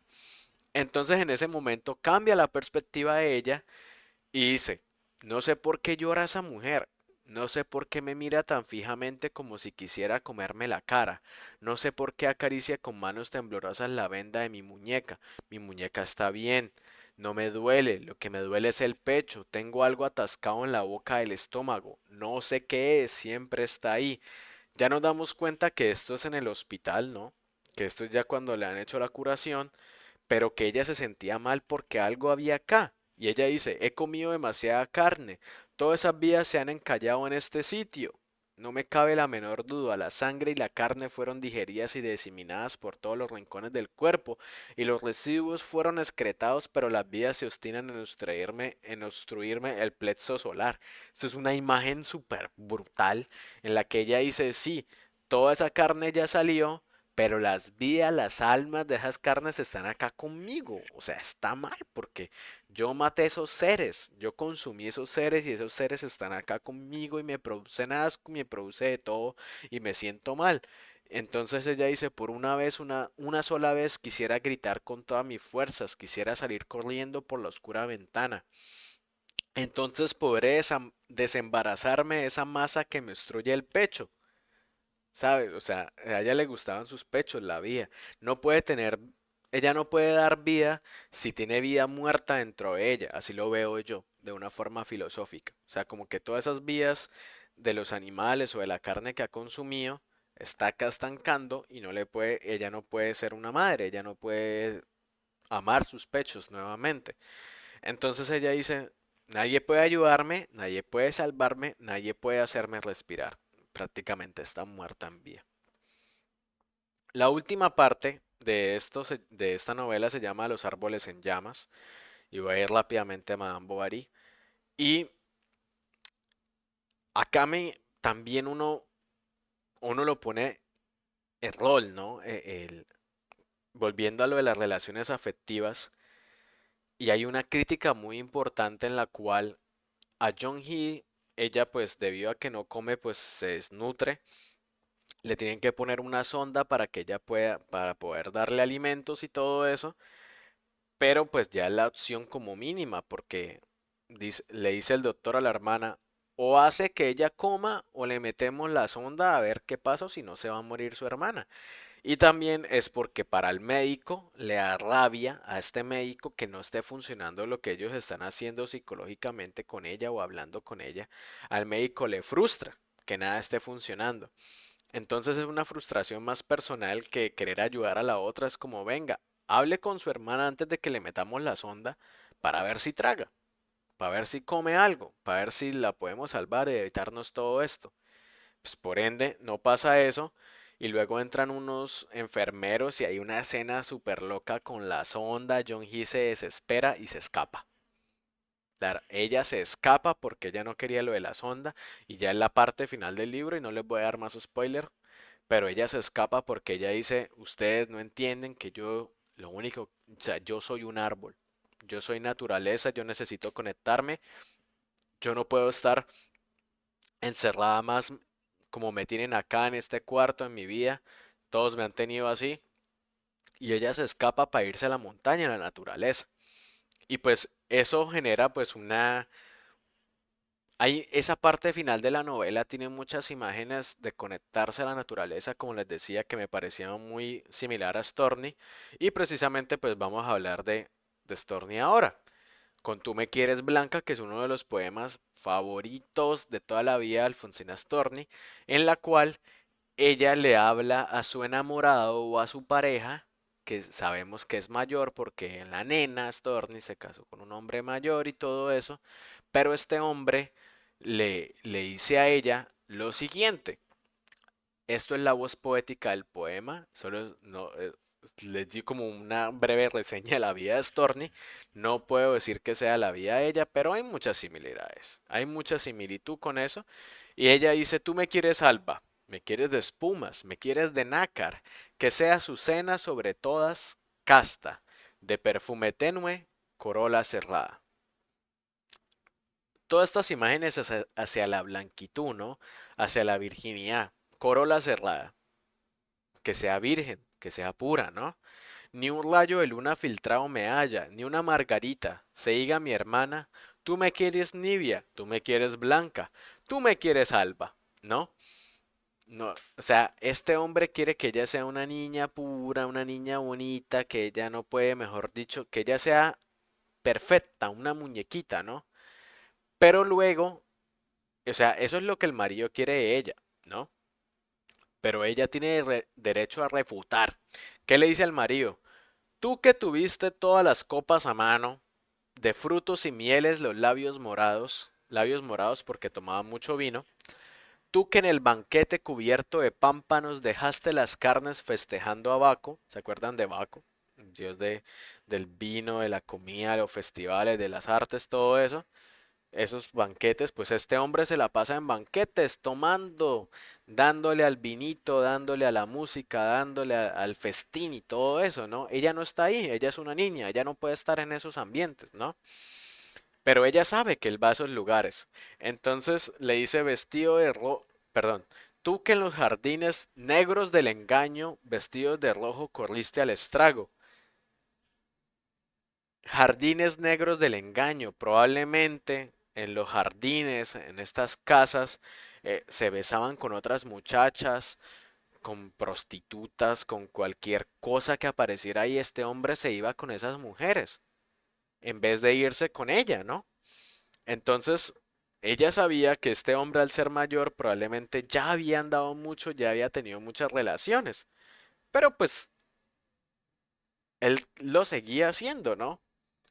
Tú que en el esqueleto conservas intacto, no sé todavía por cuáles milagros, me pretendes blanca, Dios te lo perdone, me pretendes casta, Dios te lo perdone, me pretendes alba, huye hacia los bosques, vete a la montaña, límpiate la boca, vive en las cabañas, toca con las manos la tierra mojada, alimenta el cuerpo con raíz amarga, bebe de las rocas, duerme sobre escarcha, renueva tejidos con salitre y agua, habla con los pájaros y lévate al alba. Y cuando las carnes te sean tornadas y cuando hayas puesto en ellas el alma, que por las alcobas se quedó enredada, entonces, buen hombre, preténdeme blanca, preténdeme nibia, preténdeme casta. ¿Qué le está diciendo a él? Si usted quiere que yo sea nibia, blanca, que no tenga ningún tipo de deseo, que yo sea la mujer perfecta, que yo sea una porcelanita de esas antiguas que se puede poner en la casa, que usted quiera que yo sea una cosita así, ¿no? Perfecta, blanca, usted tiene que hacer lo mismo. Tiene que dejar todas esas cosas malas, tiene que dejar el vino, las fiestas, las mujeres, el fulgorio, todo eso. Váyase a la montaña, sea un hombre nuevo, conéctese de nuevo con la naturaleza, con el alba, con lo nibio, con el agua, con todo eso, y ahí sí usted pretenda que yo sea así pura, porque usted es completamente impuro, le está diciendo. Si usted me quiere pura, pero yo también entonces lo quiero a usted puro. Pero ¿qué está haciendo usted? No todo puedo hacerlo yo. Volvemos a lo que decía, a la naturaleza, ¿no? A conectarse con las raíces para volver a ser uno mismo. Y acá hay algo muy bacano que sale en ese artículo del New York que dice, la misma idea de quien los lectores utilicen la ficción como guía para la vida es ridiculizada en clásicos como Madame Bovary de Flaubert y Don Quijote de Cervantes. Entonces es completamente ridículo que nosotros traigamos esos personajes a nuestra realidad para nosotros decir o juzgarlos, porque de por sí ya lo está haciendo la misma literatura. ¿Qué pasa en Madame Bovary? Emma se la pasaba leyendo estas poesías, esta literatura y demás, estas obras hermosas, y ella quería eso en su vida real. ¿Qué pasaba cuando se encontraba a estos hombres o iba a los bailes? Era completamente diferente, no era lo que ella esperaba. Este hombre no actuaba, este hombre no decía nada bonito, no le daba amor. Y entonces ella se quedaba con este amor platónico, estas ideas, este complejo de, no, es que no fue lo que yo esperaba, entonces mejor ya no hago eso. Ah, no, llega León, León es uno de los amantes de ella, León, y le dice esto, que la iba a París. Y le hablan de París y ella de una vez, ay no, este hombre dijo que París es lo mejor, que París es la ciudad de las luces, del arte, la poesía, los bailes, yo tengo que ir a París porque él lo está diciendo. Pero la realidad de todo es que para ir a París tiene que tener dinero, de que tiene que tener y empieza a leer revistas de viajes y todo eso, pero ella dice, pero ¿qué pasa si en París no es lo que él dice, no es lo que yo leo? ¿Qué pasa si yo voy a estar sola en París? Entonces empieza ella como a sobrepensar un poco, ¿no? A ridiculizarse, porque ella dice, ay, mire, que leí en esta novela que en un baile que se querían, que bailaban y todo eso. Ella va al baile y luego que se acaba el baile, ella dice, nada va a ser como esa noche en el baile.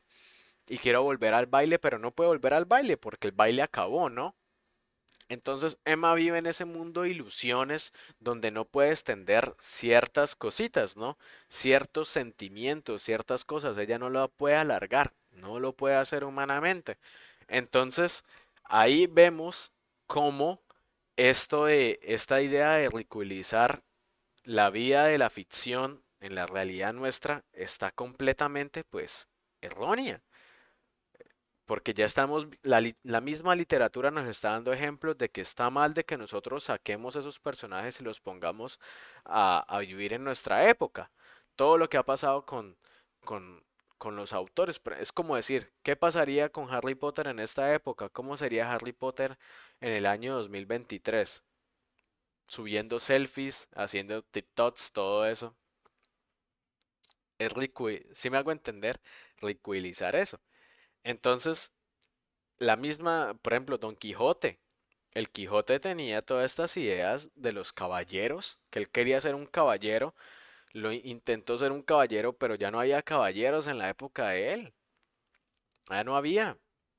Eran puras ideas que él había leído de todas esas novelas de caballería que leyó y leyó y leyó y leyó y leyó, y todos eran diferentes. Dulcinea no era tan bonita como él hablaba de las damiselas que tenía que rescatar, los molinos de viento, no eran los gigantes que él creía que él veía. O sea, todas esas cosas, me hago entender, todo eso de alguna forma se ridiculiza en la propia literatura.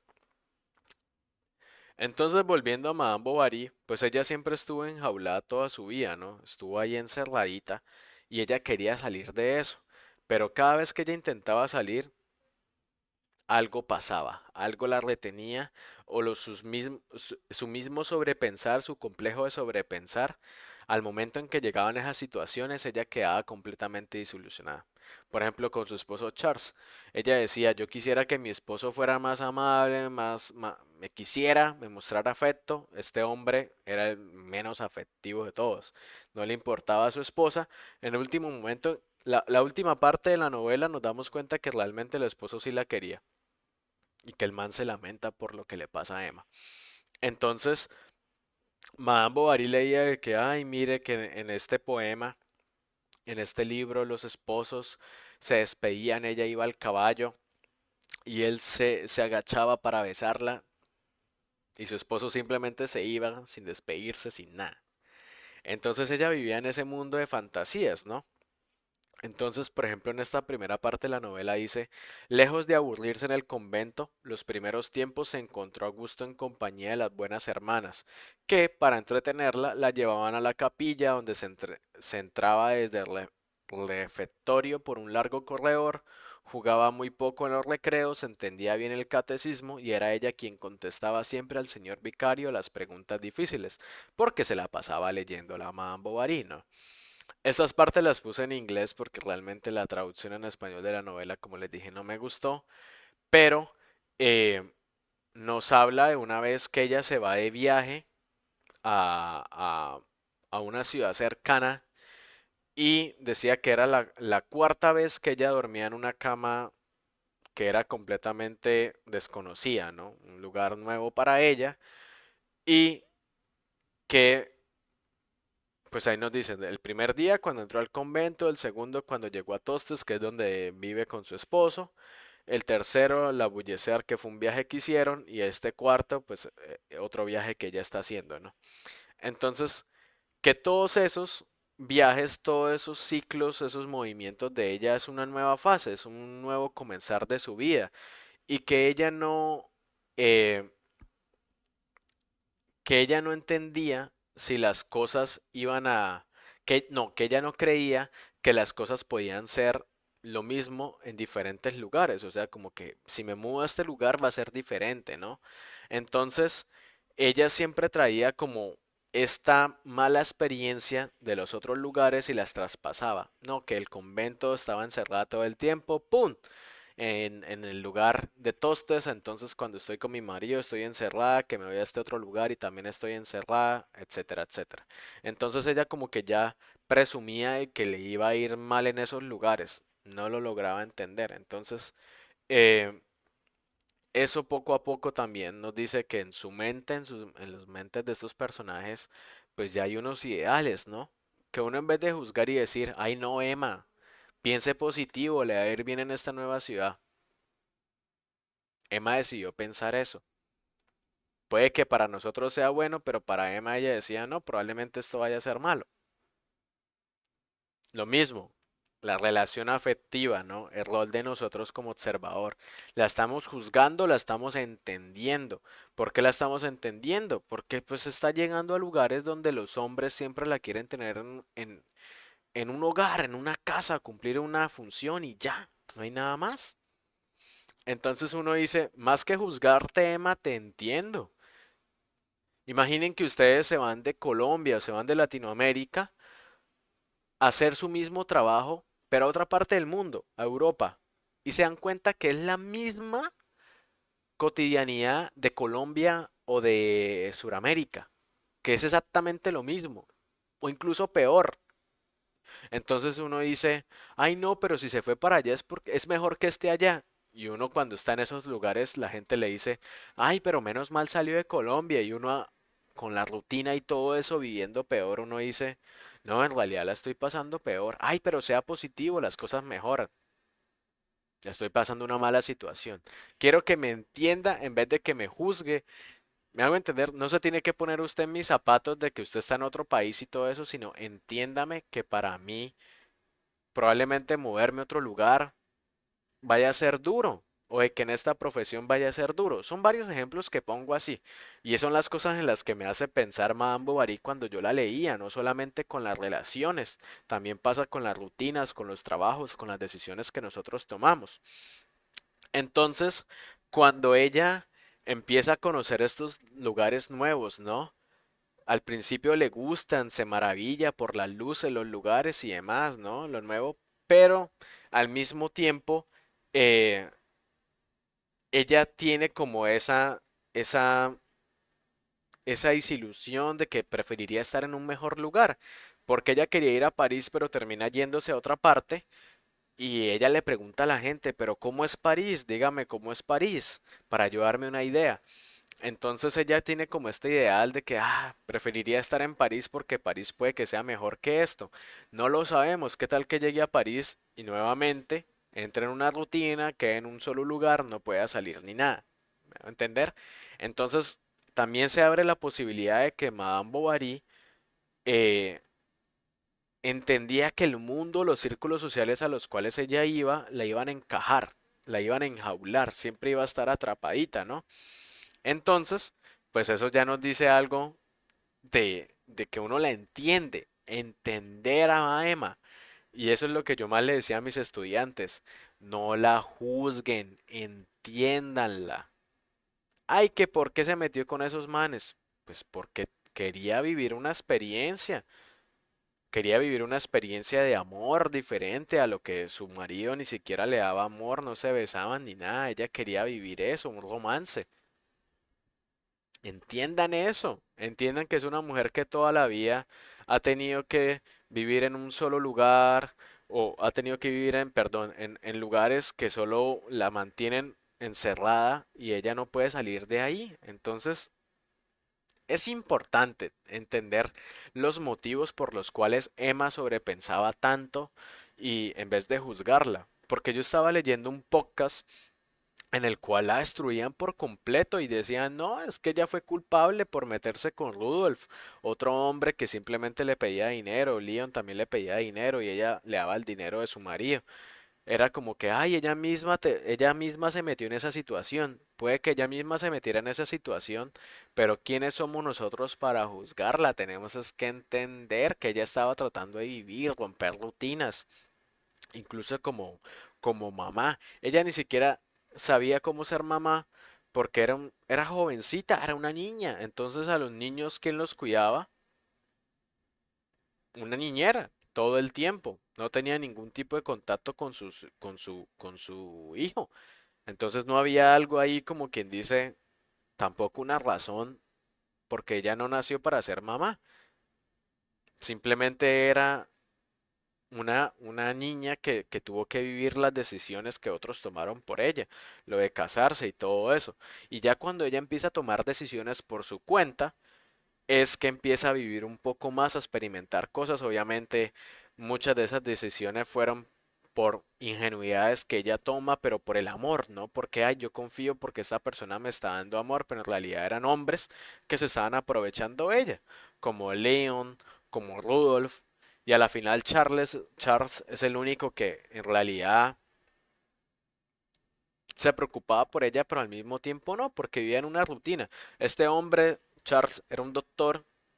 Iba, hacía su profesión y volvía todos los días y medio comían y se veían. No le importaba si su esposa estuviera enferma ni nada. Simplemente, que ella se fue a ver con el señor León. Qué bueno. Ah, Pero a la final lo que me gusta es que Charles cambia por completo. Y eso es lo bonito de Flaubert. Porque Flaubert nos dice, ya leímos todo lo de Emma, pero ¿qué pasa con Charles?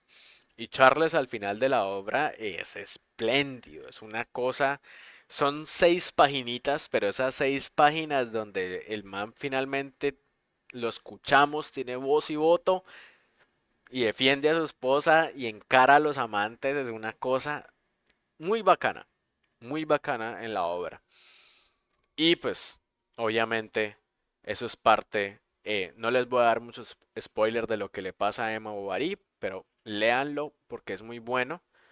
Y eh, pues voy a avanzar porque me di cuenta que si les doy esos spoilers no tiene mucho sentido, porque la idea es motivarlos a que lean esas obras.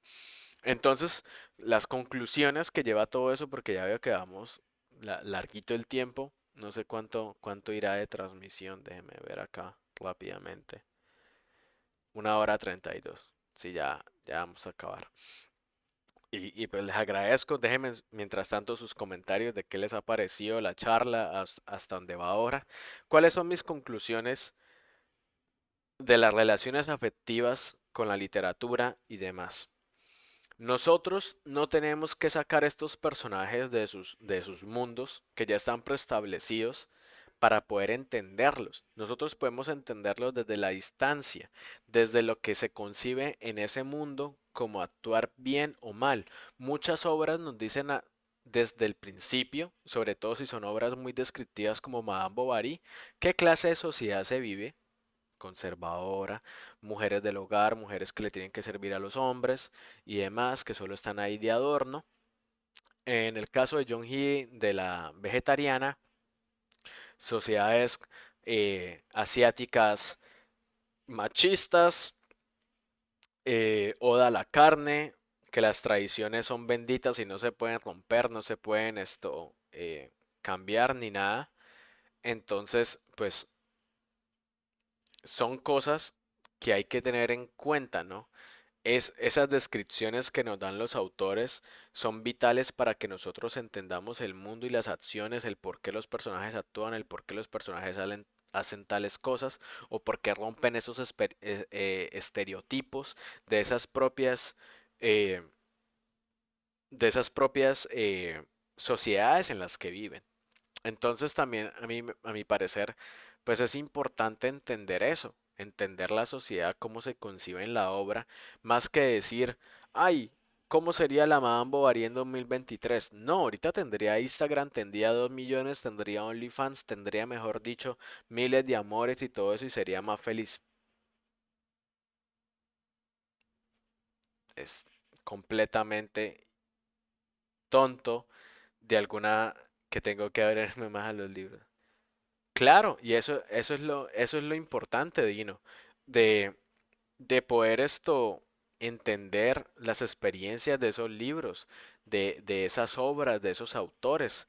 Madame Bovary ya prácticamente tiene casi 2 siglos de haber salido, si no estoy mal, tiene más, y es una obra en la que prácticamente nos habla de una sociedad completamente conservadora y que esta mujer trata de hacer estas cosas para romper la rutina, romper lo que hace y se siente bien con lo que hace.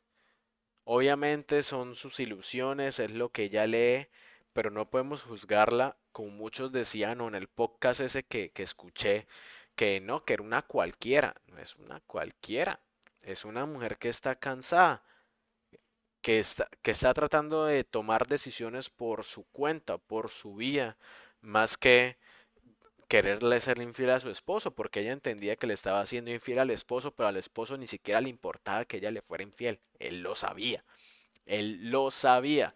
Entonces, ella simplemente estaba tratando de vivir, de ser un poco, de estar más libre con todo eso, ¿no? Lo mismo con John Hee de de la vegetariana. Una sociedad coreana, los asiáticos tienen diferentes formas de ver la cultura, son muy costumbristas, muy tradicionalistas. Y pues es la cultura de ellos, como se retrata en el libro. Incluso a la escritora le hicieron una crítica de que la obra, cuando la tradujeron al inglés, era una obra que iba en contra del machismo. Y ella dijo, no va en contra del machismo, pero son situaciones que yo he leído en los periódicos, que yo he visto en las noticias todos los días, que de alguna forma quiero retratar en una sociedad donde todos juzgan a una mujer por una decisión de volverse vegetariana y como una mínima acción destruye todo un hogar. Todo se cae, todo eso se empieza a caer en ese hogar por una acción, porque los otros personajes tienen una mentalidad cerrada, excepto la hermana, porque la hermana cambia, se transforma, la entiende, pero los otros personajes tradicionales empiezan a quebrarse, empiezan a querer atacarla, a hacer cosas que uno dice, Dios, yo no haría eso, yo no permitiría que le pasara algo así en mi casa, en el hogar, en una cena frente a esa. Entonces, claro, eso mismo pasa con todas las obras, con lo que leemos. No podemos juzgar por completo, pero sí podemos entender las acciones, entender por qué se hace. Que si el marido de John Hill la dejó, que porque obviamente que su esposa estuviera traumada y tuviera un intento de suicidio y que él no quería lidiar con eso, entendemos por completo que ese hombre la dejara. Lo entendemos y es lo más importante. Que, que la hermana decidiera cuidarla y alejarse del cuñado y acabar la relación con su esposo y demás para cuidar de su hermana, la entendemos. No importa, ese otro cuñado tomó su decisión loca, no les doy spoiler, era una escena bastante dura de leer, pero lo entendemos. Que si Madame Bovary estaba cansada de estar en el hogar y quería vivir cosas nuevas y experimentar, pues están bien. Todos queremos experimentar cosas nuevas. ¿Qué pasa si vivimos en una sociedad? Imagine la sociedad en la que se concibe eso. Flaubert, muchas personas dicen que Flaubert eh, tra- era gay y trataba de entender el pensamiento. Muchos dicen, no hay confirmaciones de esto, que él trataba de entender el pensamiento de la mujer de la época. Y lo que él hacía, lo que Flaubert hacía, era irse a los parques, ¿no? A los parques allá de Francia, se sentaba a ver el común, ver la gente del común y ver cómo las parejas se comportaban. Y eso escribía, decía, uy, mira, esta pareja ni se besan ni nada y son esposos y tienen un hijo, no juegan, el hombre en el periódico. Flaubert escribía de todo eso, se nutría de las fiestas a las que iba, veía todas estas relaciones y Madame Bovary hizo una construcción de todas esas cosas que Flaubert veía, que en la época uno decía, Dios, es que no me imagino, o sea, no imagino, o sea, puedo entender lo duro que sería para una mujer de vivir en esa época, sin poder salir del hogar, simplemente atender a este hombre en lo marital, en lo físico y ya, que este hombre no le importara nada, que simplemente tuviera que ponerse vestidos o verse bonita y listo. O sea, imaginen que su vida se vuelve un círculo de situaciones, de cosas a las cuales usted no puede alejarse o irse porque va a estar mal y va a ser juzgada. Si a Madame Bovary ya la juzgaron, ¿por qué entonces estos hombres de este podcast, de todo eso, empiezan a juzgarla de esa forma? Traten de entender por qué pasa eso. Obviamente todos podemos juzgar, podemos decir cosas, tirar baba, rechazar los actos de los personajes, pero nuevamente recordemos que nuestro rol como lector, como espectador, como observador, nos va a poner en ciertas situaciones. Si usted no ha vivido por completo en similaridad las situaciones que esos personajes van a vivir o que vamos a ver en esa narrativa, pues va a ser muy difícil que nosotros digamos, sí, soy empático con ella. Es difícil, es difícil. Y acá una conclusión que yo hago sobre la vegetariana. Es cierto que no todos los lectores tienen que tener conocimientos previos sobre tendencias o teorías literarias. La vegetariana es ecofeminismo, ecoliteratura. Lo que debemos considerar es la respuesta que sea experimental al leer la novela, la experiencia que yo tengo con la obra, qué experiencia tuve con la obra, qué sentí, qué no sentí, qué sí me hizo sentir algo, qué personajes sí me hicieron sentir algo y demás. Eh, es por eso que mi experiencia al acercarme a esta novela desde la teoría de empatía de Copland me permite tener una nueva experiencia de lectura de esta novela. Una nueva experiencia, se lee diferente la novela, que es diferente para cada lector, obviamente. Yo tengo ya la teoría en mi cabeza, me acerco a la novela, puedo aplicar la teoría. Pero ustedes no tienen que tener la teoría para acercarse a la novela y leerla o haberse leído todo eso de la teoría de empatía. Ustedes pueden llegar a la novela sin problema. Para algunos, podrán empatizar con las acciones de Jong Hee, nuestro personaje principal, mientras que otros podrían rechazarla y juzgarla, al igual que su familia lo hizo. O sea, ustedes están tomando el rol de la familia del esposo de Jong Hee, de Charles Bovary, de la sociedad que juzgaba a Emma Bovary, de juzgar. Entonces ese es el rol que ustedes van a tener, esa es la relación afectiva que ustedes van a tener. Se van a poner del lado de la sociedad, más no de la personaje principal o de Emma, lo cual está bien. Lo importante es que ustedes tengan una relación con el libro, ¿me hago entender? Mientras, perdón, la interpretación y la conexión emocional con los personajes pueden variar entre los lectores y depende de sus propias experiencias y perspectivas. A lo que veníamos, y con esto termino, si usted ha vivido ciertas cosas en su vida, a la hora en que usted lee una obra y demás, usted dice, sí, puedo entender a similitud, entender las situaciones, lo que pasó, lo que yo haría, lo que decíamos con la película de Parasite. ¿Qué harían ustedes si tuvieran que aguantar hambre, si ustedes vieran que no es suficiente el dinero para llevar al hogar, que no tienen ni siquiera un hogar? ¿Qué harían en esa situación? ¿Qué situaciones? Ahora, si ustedes vivieran en un matrimonio, tanto el hombre como la mujer, en el cual su pareja lo pone a usted en una rutina, en que usted no puede salir del hogar porque su pareja le dice que tiene que estar ahí todo el tiempo, ahí van a entender a Madame Bovary. ¿Por qué Madame Bovary hacía esas cosas? Obviamente uno dice, no, pero lo adecuado es mejor terminar. Pero ¿qué pasa si Emma, tan jovencita que era, se iba de su esposo o terminaba el matrimonio? Se quedaba sin dinero en la calle. No tenía derecho a estudiar, no tenía una profesión, nada. Las lecciones de piano las tomaba en el hogar. Era simplemente un trofeo, un llaverito de su esposo. Entonces Emma no podía divorciarse de su esposo porque pues era la madre del niño y pues era el rol de madre que le había dado la sociedad, rol que ella no quería, rol que ella nunca pensó tener, era el de los libros, el de viajar y demás.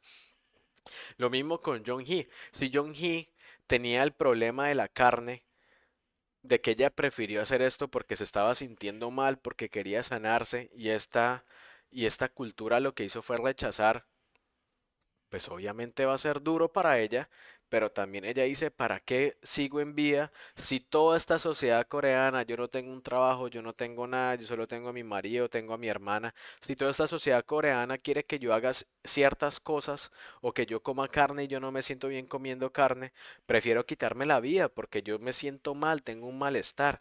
Imaginen el trauma, con John Hill les voy a decir brevemente el trauma. Cuando era pequeño un perro la mordió.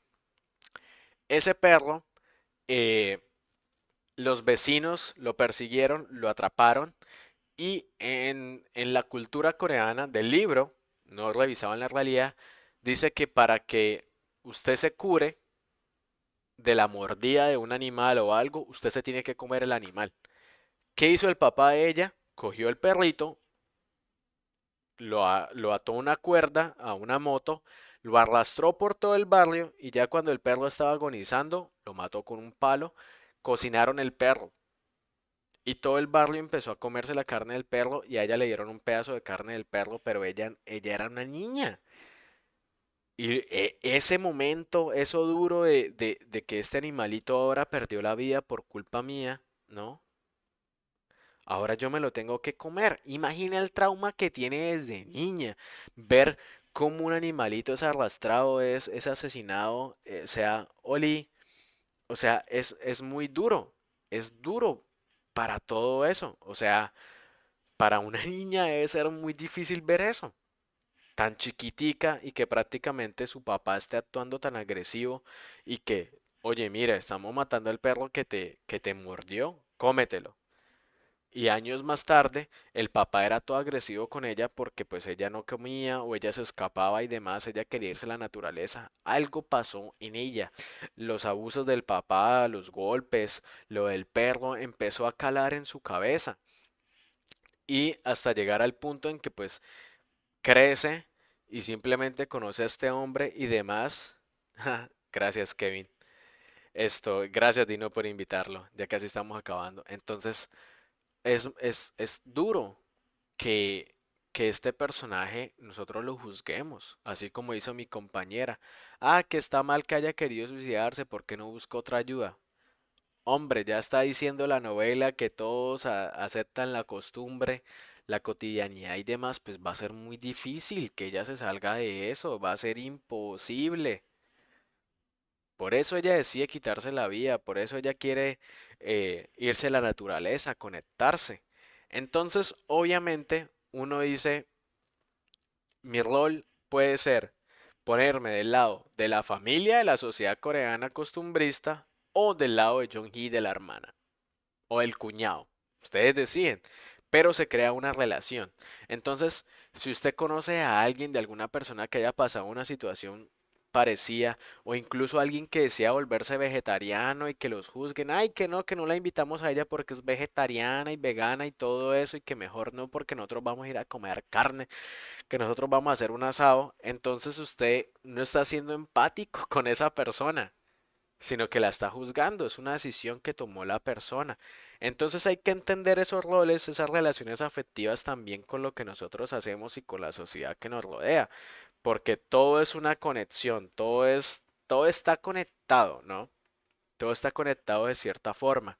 Entonces, la literatura a la final nos ayuda a nosotros a comprender a gran cabalidad cómo muchas de estas situaciones nosotros las vemos y las vivimos. Disculpen que no tenga más luces, tengo que prender más luces y demás.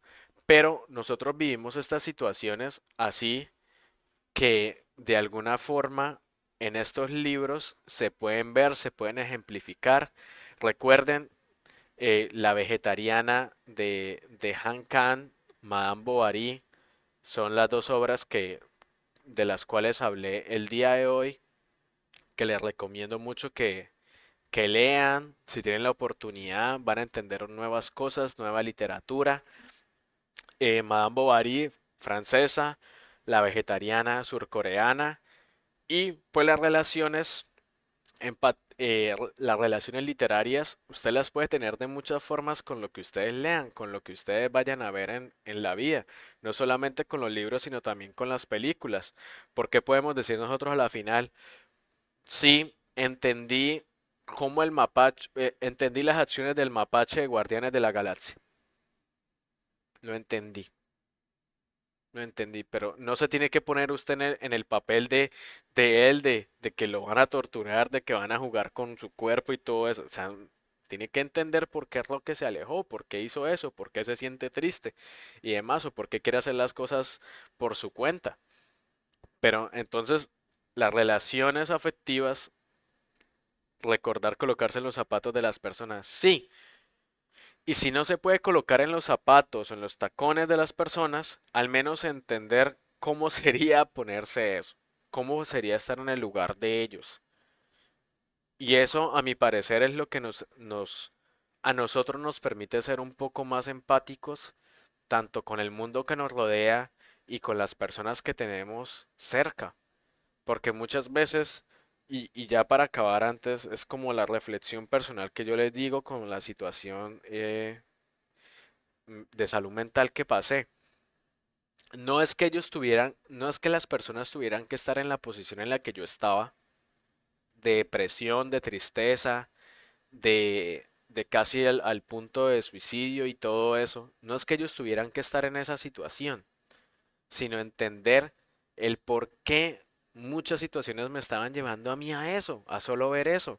Y que yo estaba, lo que uno quería era de que entiéndame por qué yo estoy tratando de luchar, de salir adelante, de tomar decisiones en mi vida por mi cuenta, para poder salir, porque yo decidí irme a este lugar, yo decidí venir acá, yo decidí luchar con todo esto. Y para mí es duro darme cuenta que la realidad no es como yo lo pensaba, como Madame Bovary. Yo no pensaba que esto fuera así, que la poesía, que la literatura fuera lo mismo, que fuera la realidad.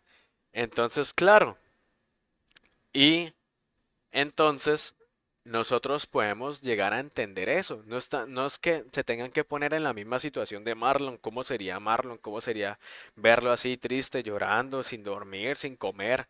No, entender por qué Marlon decidió venir a este país, entender por qué él quiere escribir, por qué quiere hacer literatura y demás. Y que su sueño le está costando, le está afectando, pero por lo menos ponerse en los zapatos de Marlon o en la tinta, en el lapicero de Marlon. Y eso, a mi parecer, las personas que lo dijeron, lo entiendo. Entiendo lo que está. No he estado ahí porque no es mi profesión. Yo no he hecho eso, yo no he hecho doctorado, yo no he hecho esos estudios, pero lo entiendo y voy a estar para usted. Probablemente si alguien hubiera estado para Madame Bovary y para John Hee, esos personajes hubieran sobrevivido o hubieran tenido una mejor experiencia. Y ahí es cuando la empatía juega un rol principal en nuestra sociedad, así que ustedes sean muy empáticos con sus familiares, con sus amigos, con las situaciones y con ustedes mismos. Gracias por ver esta transmisión. Nos vemos el otro lunes. Si todo nos sale bien, espero estar a la hora que es. Gracias a todos. Gracias. Un abrazo, madre. Un abrazo, Ina. Un abrazo, Kevin. A todas las personas que comentaron. A Carlos. Eh, Les recomiendo estas dos obras y la película de Parasite es una locura. Se las recomiendo demasiado. Gracias a todos. No olviden suscribirse, darle me gusta, compartirlo a sus amigos. Fue un poquito largo, pero creo que salió una muy bonita reflexión a la final. Y nos vemos la otra semana. Cuídense mucho, lean muchos libros y nos vemos en la próxima.